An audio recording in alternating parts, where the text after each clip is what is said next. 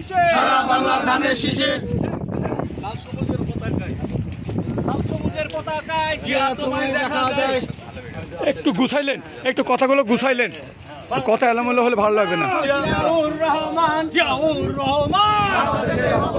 বাংলাদেশের অপর নাই, জিয়া সারা বাংলায় বাংলাদেশের অপর। সাংগঠনিকভাবে জাতীয়ভাবে যে আমি বুঝি না, কিন্তু আমি মনে করি বাঘার যারা ক্লিন, বাঘার যারা বুদ্ধিবৃত্তি করে, বাঘাতে যারা নেতৃত্ব দেয়, যাদের মেধা বিদ্যা আছে, অশিক্ষিত না, লেখাপড়া জানা না, সব মিনিমাম গ্র্যাজুয়েট এবং মাস্টার ডিগ্রি পাস, বিশ্ববিদ্যালয়ে পাস করা ছেলে এবং যারা আর কি যারা প্রফেসর এবং বিভিন্ন ব্যাংকার এবং বিভিন্ন সরকারি চাকরি করার লোক, এবং তারা আজকে কিন্তু তারাই পারে জাতীয়তাবাদী আদর্শের যারা ধারক বারক, শহীদ রাষ্ট্রপতি জিয়াকে যারা আদর্শ পালন করে, তারাই আজকে এখানে এসেছে।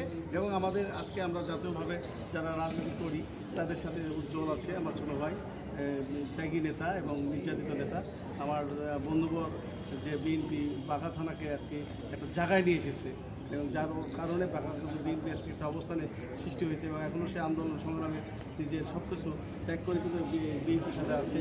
এবং আমার বন্ধুবর মানিক সহ, এবং এখানে অনেকের নাম আমি বললে, অনেকের নাম বললে বলা হবে, তো যাই হোক, এবং সবাইকে আমি বেশি কিছু না বলে সবাইকে আবারও ঐক্যবদ্ধ হয়ে আগামী নির্বাচনে বিএনপির পক্ষে থাকতে হবে, এবং বিএনপির ভাবমূর্তি যাতে নষ্ট না হয়।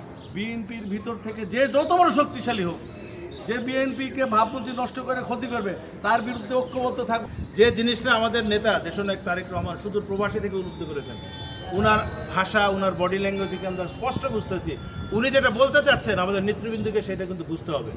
আমরা নেতৃবৃন্দ, আমরা যারা কর্মী আছি, আমরা যদি উনার এই জায়গাটাতে না যেতে পারি তাহলে কিন্তু আমাদের এই শক্ত রাস্তা পার করা কিন্তু খুব কঠিন হয়ে যাবে। সুতরাং আমি সবাইকে বলবো, এখানে আমরা যারা বাঘাতে অনেকেই কিন্তু নমিনেশন চাই। কে নমিনেশন পাবে সেটা কিন্তু অনেক পরের ব্যাপার, কিন্তু 5ই আগস্টের পরে আমরা কিন্তু দেখা যাচ্ছে মালের সাথে জনগণ ভাগ করে ফেলেছি। আমরা এখান থেকে বিরত হই, আমরা সবাই বিএনপি করি। আমাদের নেতা তারেক রহমান আমাদের প্রতীক ধানের শীষ।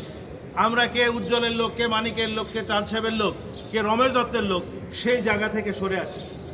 আমরা সরে এসে দিন শেষে যেহেতু আমরা ধানের শীষের লোক, একটা জায়গায় দাঁড়িয়ে একটা বাস্কেটে থেকে আমরা আগামীতে যে নির্বাচন হবে, এই অন্তর্বর্তী সরকার যে রোডম্যাপ দিবেন সেই অনুসারে আমরা নির্বাচনী প্রস্তুতি নেই। আমরা জনগণকে সম্পৃক্ত করি, মানুষের আস্থা অর্জন করি, এবং আমরা একটা সুন্দর নির্বাচনের পরিবেশ তৈরি করে আগামীতে আমাদের দেশনায়ক তারেক রহমান, আমাদের নেত্রী বেগম খালেদা জিয়া, ওনাদের যে দিক নির্দেশনা আছে সেইটাকে আমরা মাথায় নিয়ে সামনের পথ পাড়ি দেওয়ার চেষ্টা করি।